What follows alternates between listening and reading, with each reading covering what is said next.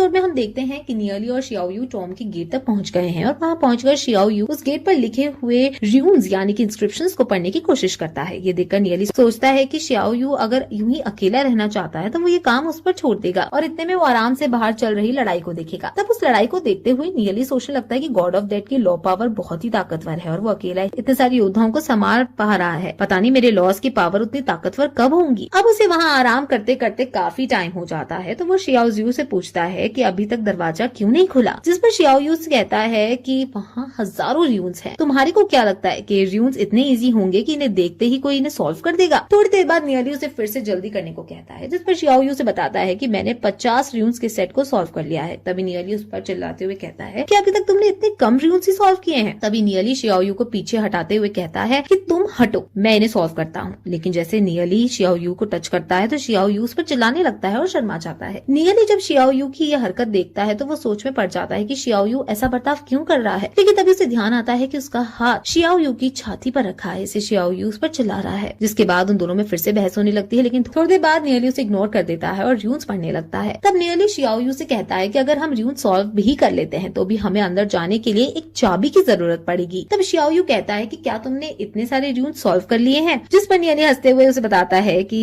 हमें सारे र्यून्स सॉल्व करने की जरूरत नहीं है, हमें केवल चाबी के आसपास वाले 5 र्यून्स सॉल्व करने थे और उसी से हमारा काम चल जाता, जबकि बाकी सारे र्यून्स को केवल लोगों को बेवकूफ बनाने के लिए बनाए गए हैं। तभी शियाओयू से चिढ़कर मुंह बंद करने के लिए कहता है और जल्दी से दरवाजा खोलने को कहता है, जिस पर नियली उसे बताता है कि उन्हें इसके लिए चाबी की जरूरत पड़ेगी। तब शियाओयू से बताता है कि नीदर रीम से ज्यादातर ऐसे टॉम्स में सेम चाबी यूज होती है और ऐसा कहकर वो अपने आसपास एक चाबी निकालकर उसमें लगा देता है। अब शियाओयू जैसे ही वो चाबी लगाता है तभी वो दरवाजा खुल जाता है और वो दोनों उसमें अंदर चले जाते हैं। उस दरवाजे के खुलते ही उस स्केलेटन और वहाँ मौजूद सारे लोगों का ध्यान उसकी ओर जाता है और तभी वो स्केलेटन भागता हुआ उस गेट के पास आकर खड़ा होकर पहरा देने लगता है। तब वहाँ मौजूद सारे लोग अंदर जाने के लिए लड़ने लगते हैं और फिर उस स्केलेटन पर अटैक कर देते हैं। वहीं नियली और शियाओयू उस टॉम में अंदर बढ़ने लगते हैं, लेकिन वहाँ काफी अंधेरा होता है। तभी उन्हें कुछ आवाजें आने लगती है और जैसे ही वो लोग ऊपर दीवार की तरफ देखते हैं तो वहाँ काफी सारे मॉन्स्टर्स होते हैं जो कि स्टॉर्म के भूत होते हैं और उन दोनों पर अटैक कर देते हैं। तभी शियाओयू अपने हाथ से एक स्टोन निकालता है जिससे बहुत तेज लाइट निकलती है और वो सारे भूत मर जाते हैं। अब उस स्टोन की लाइटिंग की मदद से वो दोनों आगे बढ़ने लगते हैं। तभी थोड़ी देर बाद उन्हें और डेमीगॉड रैंक के योद्धाओं के ऑरा फील होने लगते हैं और फिर वो जल्दी जल्दी आगे जाने लगते हैं। तभी भागते हुए शियाओयू को आगे एक रास्ता दिखाई देता है और वो उसमें जाने के लिए कहता है। लेकिन जैसे ही नियली उस रास्ते को देखता है तो उसे पता चल जाता है कि वो एक टाइम वॉर्प है और वहाँ जाने के कारण वो दोनों फंस सकते हैं। इसलिए वो शियाओयू को रोकने की कोशिश करता है, लेकिन तब तक शियाओयू उस ट्रैप में घुस चुका होता है और नियली के हाथ में उसकी शर्ट ही आ पाती है जो कि फटकर उसके हाथ में रह गई थी। जिसके बाद नियली भी शियाओयू को बचाने के लिए उस ट्रैप में छलांग लगाता है। अब उस स्पेस में आते ही शियाओयू बेहोश हो जाता है, जिससे नियली फिर से उसे पकड़ने की कोशिश करता है। लेकिन वहाँ का स्पेस बहुत ताकतवर होता है और ऐसा करने के चक्कर में शियाओयू के कपड़े और ज्यादा फट जाते हैं, लेकिन नियली उसे पकड़ लेता है। तब नियली शियाओयू को उठाने की कोशिश करता है, जिसके कारण शियाओयू उसके हाथ में हिलने लगता है और फिर से गिरने ही वाला होता है कि नियली उसे फिर से पकड़ लेता है। तब नियली देखता है कि उनकी चारों तरफ लॉ ऑफ डेथ है और उसे बचने के लिए किसी भी तरह से पहले गिरना बंद करना होगा। तभी वो अपनी पांडा स्पिरिट के साथ मर्ज होता है और 10 टाइम्स यिन यांग ब्लास्ट करता है। उसके उस अटैक में law of light and darkness थी तो उससे लॉ ऑफ डेथ से टकराने के कारण धमाका होता है और वहाँ का एरिया साफ हो जाता है। जिसके बाद वो दोनों पानी में गिर जाते हैं। तभी नियली को वहाँ पर दीवार पर कुछ दिखाई देता है और जब वो उसे पढ़ने की कोशिश करता है तो उसे पता चलता है कि वहाँ की भयानक युद्ध की बात हो रही है। उसी पेंटिंग में एक टनल भी दिखाई जाता है जो सीधे आसमान की तरफ जा रही है और दूर की जगह से कनेक्ट हो रही है, जहाँ पर कुछ लोग खड़े होकर उस बैटल को देख रहे हैं और लोगों के पीछे एक बहुत बड़ी जगह उड़ रही है जहाँ बहुत बड़े बड़े महल है और उस जगह का नाम ड्रैकोनिक रूइंस रीम्स है। अब उस जगह को देखते ही नियली सोचने लगता है कि ये तो वही जगह है जहाँ पिछले जन्म में मैंने अपना आधा से ज्यादा जीवन बिताया है। तभी वो उस पेंटिंग को आगे पढ़ता है तो उसे पता चलता है कि वहाँ के लोगों को इस दुनिया के बारे में बहुत पहले से ही पता था और वो सब लोग बैठकर यहाँ स्पिरिचुअल गॉड्स की लड़ाई देख रहे हैं। तब नियली सोचता है कि अगर उन्हें यहाँ की लड़ाई के बारे में पता चलता है तो उन्होंने कोई मदद क्यों नहीं भेजी, क्या वो लोग इस जगह पर आ नहीं सकते? लेकिन इन सारे सवालों का जवाब मुझे तभी पता चल सकता है जब मैं खुद हेवनली फेट रीम में पहुंच जाऊंगा। और इसी के साथ ये एपिसोड यहीं खत्म हो जाता है। दोस्तों, इस एपिसोड में जो ड्रैकोनिक रीम की बात हुई है वो दरअसल एक हायर प्लेन है जहाँ कोई कल्टिवेटर लेजेंड रैंक के बाद आने वाली हेवनली फेट रीम में पहुँच कर ही जा सकता है। और अपनी पिछली लाइफ में नियली ने यही सारी पावर्स हासिल की थी और यही उसे इतना ज्ञान मिला था। जैसे कि अब तक हम